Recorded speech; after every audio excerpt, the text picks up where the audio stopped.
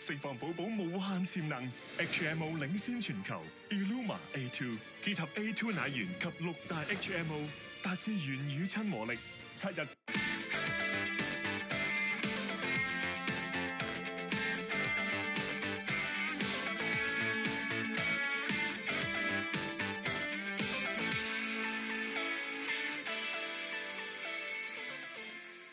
Hello again and welcome to Pearl Magazine. Since the COVID-19 pandemic, demand for non-alcoholic drinks has grown. Zella Chin learns that growing orders for new types of non-alcoholic drinks is being fueled by Gen Z. Beer from the tap. Fermented tea in a bottle. A tropical fruit mocktail. This central restaurant specializes in Belgian beers and European food. 31-year-old Tang En is a frequent customer. I like the atmosphere here, and I really like Belgian food and Western food in general. They do a really good job in terms of the mussels are really amazing here, and I like that. And I also like that they have non-alcoholic options here now. Tom likes to drink non-alcoholic beverages in the afternoon. Today, he's having fermented tea, which has no alcohol. And I don't want to get too tipsy or anything because I have an afternoon that I need to go to work. So having a non-alcoholic option is always a good reason for people to just stay more sober. His interest in non-alcoholic options began after a health scare from drinking too much alcohol. So I used to drink quite a lot. And there was a time that I was really busy with work and also socializing a lot after work in Hong Kong. And I actually went to the hospital. He's turning his life around and trying to lead a healthier lifestyle. And Tom started a business to distribute non-alcoholic drinks in Hong Kong because he saw a market opportunity. He used to live in Australia. In Melbourne, if you go to different restaurants and bars, there are so many different options of non-alcoholic and also alcoholic for you to choose from. But in Hong Kong, it's mostly more of the traditional drinks like cocktails, gin and tonic, or mojito, and all that. But there's not that many non-alcoholic options. Piero Moronju runs the operations for this restaurant chain. He says more and more 25 to 35-year-old professionals have been asking for non-alcoholic drink options in the last decade. The restaurant is enhancing their traditional non-alcoholic range of drinks, such as milkshakes and mocktails. At the moment, we revisited our mocktail menu and a smoothie menu, a milkshake menu. We're playing around with a little bit of a funky combination. We had a milkshake with mango and chocolate. And this month, he started offering a brand new product called kombucha, or fermented tea. Particular kombucha we picked, I think it resonates a little bit with that beer concept because it's still a fermented drink to begin with. The package is very attractive. It looks like a bottled beer. And that's where I think it could fit very well into this restaurant. The drink is in the trial phase. The restaurant needs to sell more than 24 bottles per week before it decides to stop the kombucha for the long term. While the food and beverage business remains challenging, Piero says offering a new product is one way to increase the average spend of a customer and help the restaurant's bottom line. If I have a table celebrating a birthday and somebody doesn't want to drink any alcohol, the easier option for them is to drink water. But if there is something else more appealing, you're able to bring the average spend a little bit up. If you're not drinking alcohol, there are a lot of alternative options. From no or low alcoholic beers, wines, spirits, sparkling teas, or kombucha. The no-low alcohol trend began overseas more than 10 years ago. So the no-low alcohol trend first started in 2013 when a UK charity promoted and kickstarted a campaign called Dry January.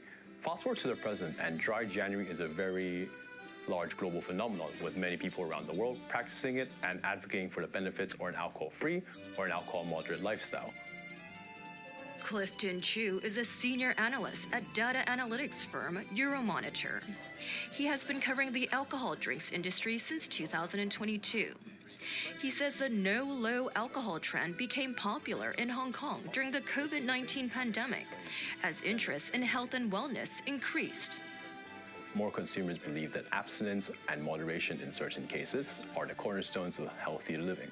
The data seems to support this, with our 2024 Consumer Insights Survey having found that 24% of Hong Kong consumers are actively looking for ways to consume less alcohol, compared to 17% in 2023.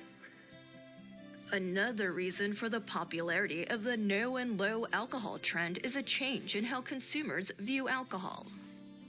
Once, in the past, alcoholic drinks was considered to be the cornerstone or a main reason why and in how consumers would like to have fun or socialize.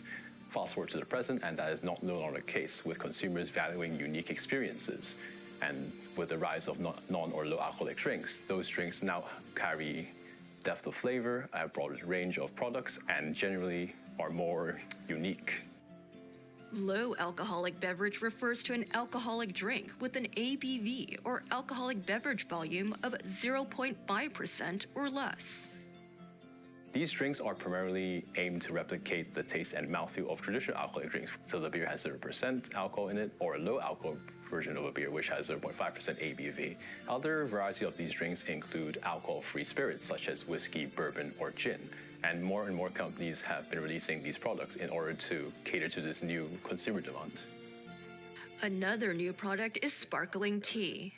With sparkling teas in particular having found its place in restaurants around the world, especially in Hong Kong, especially for fine dining, where the bubbles and its similar taste to champagne have given it a place in fine dining restaurants as well. The market size for low and non-alcoholic drinks in Hong Kong grew more than 500% from $18 million in 2019 to more than $117 million in 2024. The non-alcoholic trend is fueled by consumers in their 20s and 30s who like to share their experiences on social media. In terms of social media, nowadays when someone has had a new experience, their first instinct is more likely to post it. So when consumers try a non-alcoholic drink, for example, they're more likely to just show it to the world, and thus this is free advertising for these companies, and they'll benefit as a result.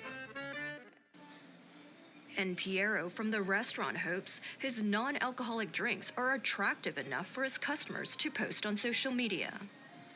If you do have a good-looking mocktail or a good-looking sundae or a good-looking milkshake or a good-looking well-packaged kombucha, that will give a reason to somebody to post it. It will be likely be posted on social media, it will be getting exposure to more people, and more people will be like, wow, I really like that. Where is that? I want to go and try it.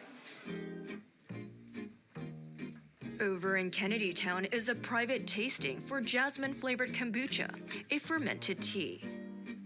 Cheers. Cheers. Look out for the notes of pineapple and passion fruit, Okay. and then a nice jasmine on the finish. A little bit of a dryness. Great. And the natural carbonation. Well, I like jasmine. Beautiful. Yeah, very refreshing. For me, this is what I'd go for Oh, it's a little anytime, sweet, to be honest. actually. A touch of sweetness from the residual sugar, but we do try to balance that very carefully. Ash Clark started brewing kombuchas at home during the COVID-19 pandemic. Kombucha is a fermented tea that then becomes usually naturally sparkling, naturally bubbly, healthy, and is considered to be a probiotic source of probiotics. And he would take bottles of kombucha to dinner parties hosted by his friends. It was a bunch of interesting, diverse range of people, and we would all drink champagne and wine and everything with the dinner. But then there was a point in the evening where kombucha would be called for as a refresher, make you feel good. Ash realized that there was a market for the kombuchas, so he started business with his partner, Alvin. And the product fit the growing demand for non-alcoholic drinks. When you look at non-alcoholic menus in restaurants, hotels, It's full of soft drinks, juices, and maybe some mocktails. But put in the context of a busy restaurant, mocktails are time consuming, and maybe you necessarily can't charge as much as you would for a cocktail for the same amount of effort. So there is a market there for a ready-to-drink, interesting, sophisticated, non-alcoholic drink option. About 70% of its sales are to wholesale clients, such as hotels and restaurants. 30% of sales are made by retail customers who buy directly from the website. Revenues are growing 45% year on year.